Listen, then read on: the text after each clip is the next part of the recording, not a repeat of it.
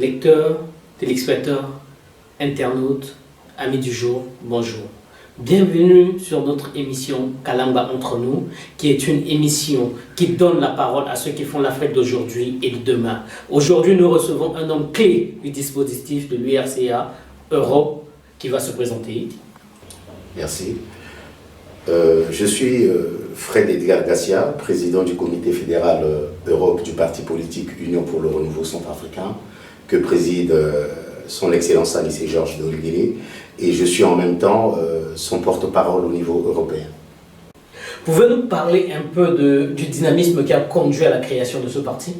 Avant que l'URCA soit créé, M. Anissé Georges Doligere, en tant que citoyen, avait déclaré son intention d'être candidat aux élections présidentielles si elles venaient justement à être organisées dans le pays. Et après sa déclaration, un groupe de jeunes centrafricains, dont je fais partie d'ailleurs, avait pris la décision de soutenir son initiative.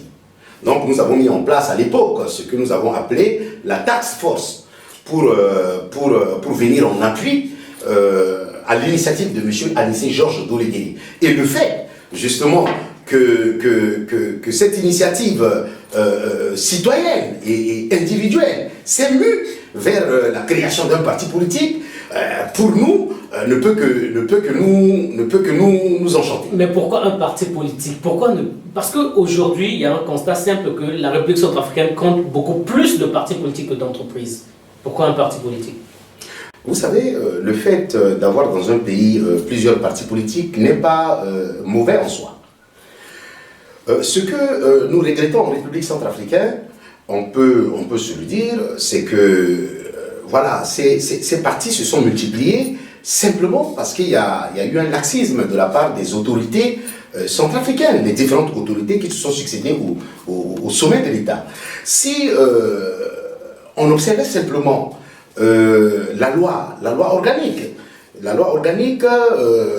sur les partis politiques, on n'allait pas avoir vraiment ce nombre pléthore de partis politiques que nous déplorons aujourd'hui. Mais nous, au niveau de l'URCA, on a fait un constat simplement que les partis politiques traditionnels qui existaient dans le pays, on ne se reconnaissait pas justement dans leur manière de faire, on ne se reconnaissait pas dans comment ces partis se sont créés. Vous conviendrez avec moi qu'en République centrafricaine, généralement, les partis politiques se créent quand les gens sont au pouvoir, ou les partis politiques se créent quand voilà, les gens ont un petit intérêt personnel, qu'ils voulaient justement profiter de la proximité du pouvoir pour les mettre en relief. Mais quelle est l'orientation politique de l'URCA? Parce que il y a beaucoup de partis qui sont d'obédience socialiste en Centrafrique. L'URCA est un parti politique qui se réclame de la social-démocratie. Ça veut dire quoi?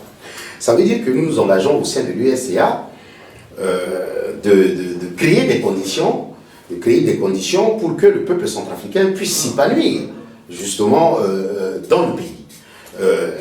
Nous nous engageons justement à permettre au peuple centrafricain d'accéder à un meilleur soin, de créer des conditions pour que la jeunesse centrafricaine puisse se former. Et à côté de ces engagements traditionnels du gouvernement, nous encouragerons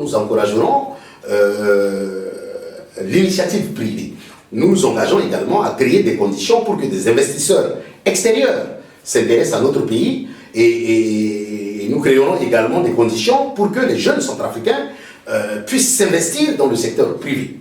Vous savez, beaucoup de gens disent qu'en République centrafricaine, les gens intègrent des partis politiques parce que, bon voilà, ce parti est créé par un membre de leur famille ou quelqu'un de leur région. Mais vous conviendrez avec moi que l'URCA ne souffre pas de ce constat. Parce que comme vous voyez, les membres fondateurs de l'URCA viennent de toutes les préfectures de la République centrafricaine. Et nous faisons au sein de l'URCA la promotion de l'inclusivité. Mais ça n'exclut pas la transhumance politique, apparemment. Après, vous savez, on ne peut garantir la conscience de tout le monde. Un engagement politique est un engagement de conscience, est un engagement de conviction. Vous conviendrez avec moi, parce que comme je vis en France, vous me direz qu'il y a un dynamisme au niveau de la Fédération Europe par rapport au plan national, parce qu'il y a une demande de l'existence de l'URCA en Centrafrique. Écoutez, je ne partage pas votre point de vue. Ce dynamisme que vous constatez au niveau de l'Europe, je peux vous garantir qu'au niveau de la République centrafricaine, ce dynamisme se constate également. En tout cas, nous faisons de l'écoute du peuple centrafricain, nous faisons des échanges avec le peuple centrafricain, une priorité au sein de l'URCA. Vous verrez que nonobstant la jeunesse de son âge, l'URCA s'est déployé sur quasiment toute l'étendue du territoire en République centrafricaine. Dans les principales villes du pays, il y a des organes de base de l'URCA et vous trouverez également dans les huit arrondissements que compte la capitale des sous-fédérations de l'URCA. Quelle est la position de l'URCA par rapport aux agitations qui ont émaillé le préparatif du forum de Bangui et même pendant la tenue? Mais vous savez, permettez-moi de ne pas commenter ce que vous appelez des agitations qui ont précédé le forum de Bangui, parce que nous ne sommes plus justement dans les préparatifs du forum. Aujourd'hui, nous sommes en plein dans le forum. Donc tout ce qui s'est passé en amont, en tout cas, je pense qu'il n'est pas opportun d'en tenir compte. Non, en tant que citoyens centrafricains, nous sommes obligés d'en tenir compte parce qu'il y a un décret qui a été signé, puis abrogé, puis un nouveau décret. Donc ça, tous centrafricains censés, un jour arrivés au sommet de l'État, doivent quand même apprendre de ces erreurs. Pour répondre vrai à votre question, vous savez ce que vous appelez des agitations, nous appelons ça plutôt une manifestation de volonté populaire. Ça veut dire quoi? Ça veut dire que, voilà, un peuple qui s'est levé de manière unanime pour rejeter une décision prise par ceux qui sont censés justement le représenter. Et ce que nous retenons justement de cette période de trouble, c'est le fait que Madame la chef de l'État de transition ait pu prendre la mesure de la situation et a attendu raison. Vous allez à l'encontre de ce qu'a affirmé le président de l'URCA, M. Anissé Doléguélé, dans l'hebdomadaire Jeune Afrique, qui disait que Mme Sampanza n'est pas à l'écoute. J'espère qu'elle entendra le mécontentement du peuple et de la communauté internationale. Non, je ne crois pas. Je ne crois pas. Là, ce que je viens de vous dire, en fait, cette prise de conscience ou cette manifestation de volonté populaire ne vient qu'en appui de ce que M. Anissé Georges Doléguélé avait dit dans le journal que vous venez de citer. Ça ne peut que nous rassurer. Donc son espérance commence à porter ses fruits. Vous savez, M. Anissé Georges Doléguélé est quelqu'un d'expérimenté. Donc, voilà, aujourd'hui, nous sommes très contents, effectivement, que le peuple lui a donné raison. Vous affirmez que Mme Sampanza est maintenant à l'écoute? C'est ce que nous nous souhaitons. Ok. Êtes-vous convaincu que nous allons vers une élection libre, transparente en Centrafrique actuellement? Ah oui, je peux vous dire avec beaucoup de sûreté, en tout cas d'assurance que oui. Pourquoi nous croyons? Parce qu'aujourd'hui,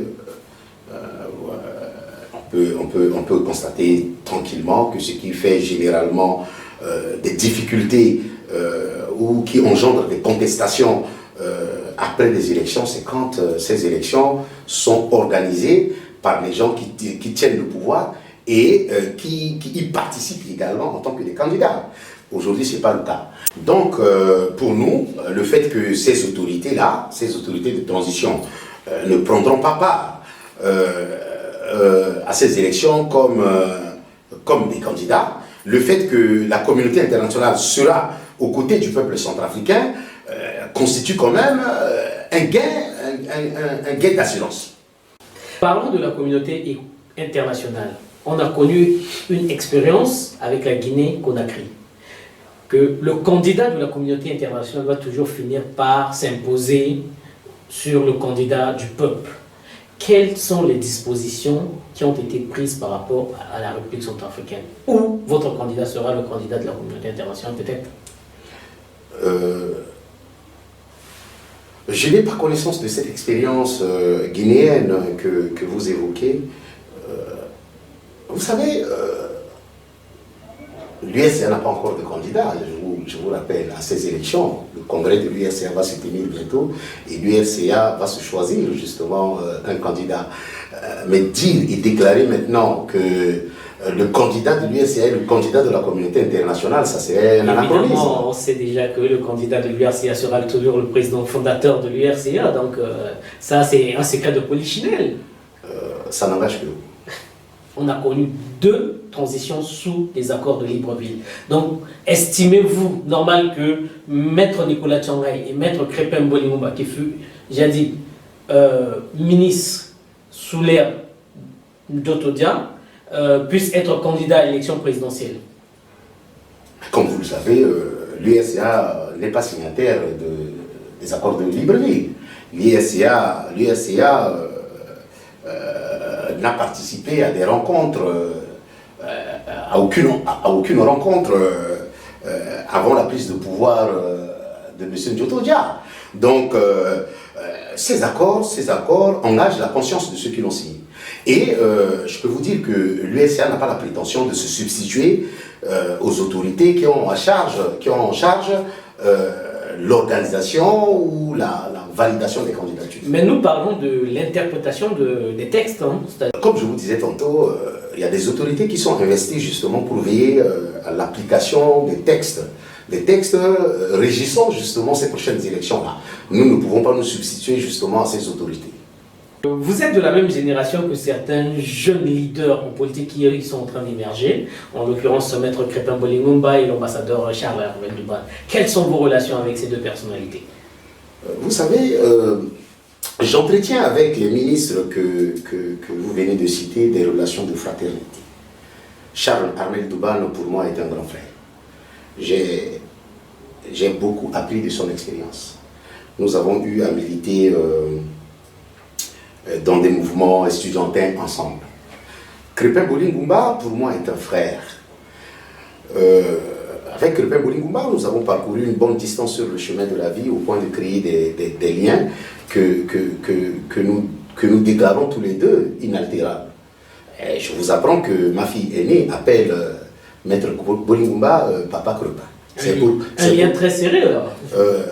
Un lien de fraternité, même si politiquement nous ne sommes pas vêtus pareil. Mais normalement, en partant de là, vous devriez encourager le sursaut générationnel, parce qu'ils sont de votre génération, ils sont en train d'émerger. Le sursaut générationnel, tel que vous le présentez, je ne le partage pas. Je ne le partage pas parce que je pense que la gravité de la crise que le peuple centrafricain a connue, les attentes du peuple centrafricain ne vont pas dans ce sens-là.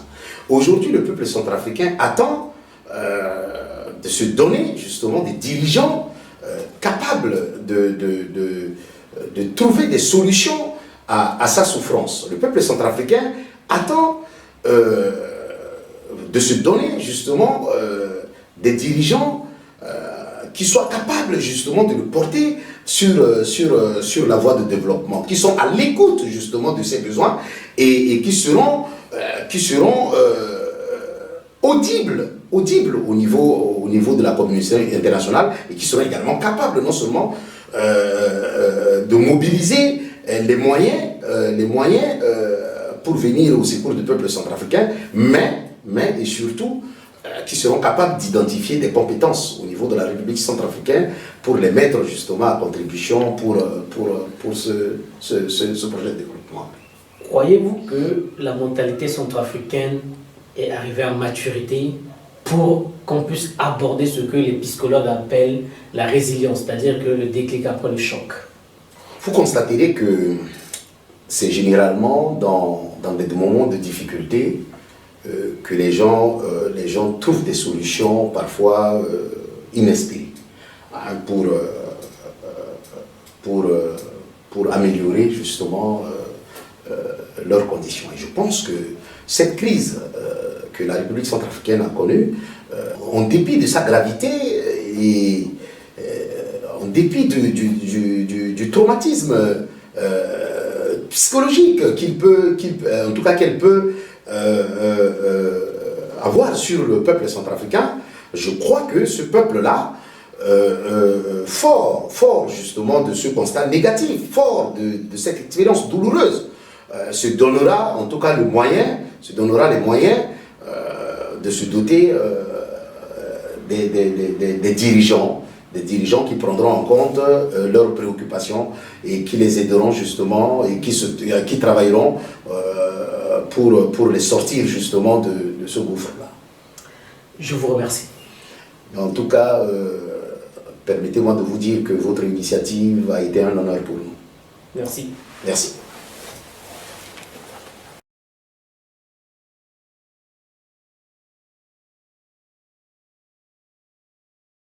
Auditrices, auditeurs, nous venons là de suivre en exclusivité l'interview de notre cher ami et frère Edgar Garcia. Pourquoi le choix d'Edgar Garcia? Représentant de l'URCA en France, porte-parole de ce même candidat, Anissé Georges Dologuélé. Même si l'intéressé nous dit qu'il n'est pas encore candidat, mais bon, on peut se permettre de s'avancer dessus. Aujourd'hui, la République centrafricaine bouge. Et là, il faut le noter, même dans cette pléthore de partis politiques en République centrafricaine, il y a de l'émergence, il y a une jeunesse qui monte, il y a des candidats générationnels. Il faut l'accepter parce que la politique change et il faut bien que notre pays avance avec. Dans son interview, M. Garcia a noté quelques points, on va dire, de connivence, mais beaucoup de points qui, moi, me font réagir. Le premier constat, c'est que ce parti, l'URCA, ne s'est pas désolidariser des faits ou des événements que nous dénoncions depuis ce temps en politique centrafricaine. C'est-à-dire, cette manière-là, une fois qu'on a été au pouvoir, et lorsqu'on n'est plus au pouvoir, on se crée un parti politique. Pour quelles raisons? Je vous laisse le choix de le définir. L'autre raison, qui pour moi, je trouve être assez délicate et sérieuse, c'est tout simplement le fait qu'en nous parlant de M. Anissé Georges Dologuélé, M. Garcia a oublié ou a occulté tout simplement de nous parler du passif du Premier ministre qu'il fut, parce qu'il faut bien qu'il y ait un bilan. Il a travaillé pour le pays, ou bien il nous a donné l'impression d'avoir travaillé pour le pays. Il est temps qu'il nous dise pourquoi il veut être candidat aux élections présidentielles, quel a été son bilan. Une fois qu'on aura passé ce cap, quels sont ses projets de société, même s'ils nous disent que ce n'est pas encore les campagnes présidentielles, même s'ils nous disent il faut venir avec un projet de société, un projet qui va permettre à la République centrafricaine de se relever. Le troisième point, qui pour moi, à mon sens, va cette fois-ci au profit ou même à l'avantage du candidat Anissé Georges Dologuélé, c'est qu'il a une assise. C'est l'un des candidats qui se promène tranquillement actuellement dans le pays, qui ont la chance de traverser Bangui de l'est à l'ouest, du nord au sud, peut-être les villes limitrophes de Bangui. Maintenant, la question de savoir est-ce qu'il pourra aller battre campagne dans les villes de province. Une fois toutes ces questions jugulées, nous allons revenir sur l'actualité qui touche actuellement la République centrafricaine. Nous venons de sortir des assises du dialogue national, enfin, du forum inclusif qui s'est avéré être exclusif, parce que les deux protagonistes principaux de la crise centrafricaine n'ont pas été conviés. Pour quelles raisons? Pour qui? Nous ne savons pas. Ça, cette question, dans nos prochaines interviews, nous allons demander ça aux actuelles autorités de Bangui. Ils vont nous éclaircir sur le pourquoi les cieux Ndotodia et Bozizé n'ont pas été conviés à Bangui et pourquoi ce forum a accouché d'une souris. Parce qu'il faut dire les choses, ce forum n'a pas été le succès ou n'a pas donné le succès escompté. Voilà pourquoi aujourd'hui, nous faisons du surplace. Nous vous invitons toujours à suivre nos émissions sur Kalanga TV parce qu'aujourd'hui, l'amorce que nous prenons, c'est de promouvoir la vie politique, mais la vie culturelle aussi. Aujourd'hui, nous avons reçu M. Fred Edgar Garcia, qui nous a éclairé sur les objectifs du parti URCA, Très bien. Demain, nous allons rencontrer aussi d'autres jeunes qui font de la politique en République centrafricaine, mais qui font aussi de l'actualité et aussi la fête en République centrafricaine. On va danser encore sur les mots, on va danser encore sur l'actualité et surtout sur l'espoir. Merci, à bientôt.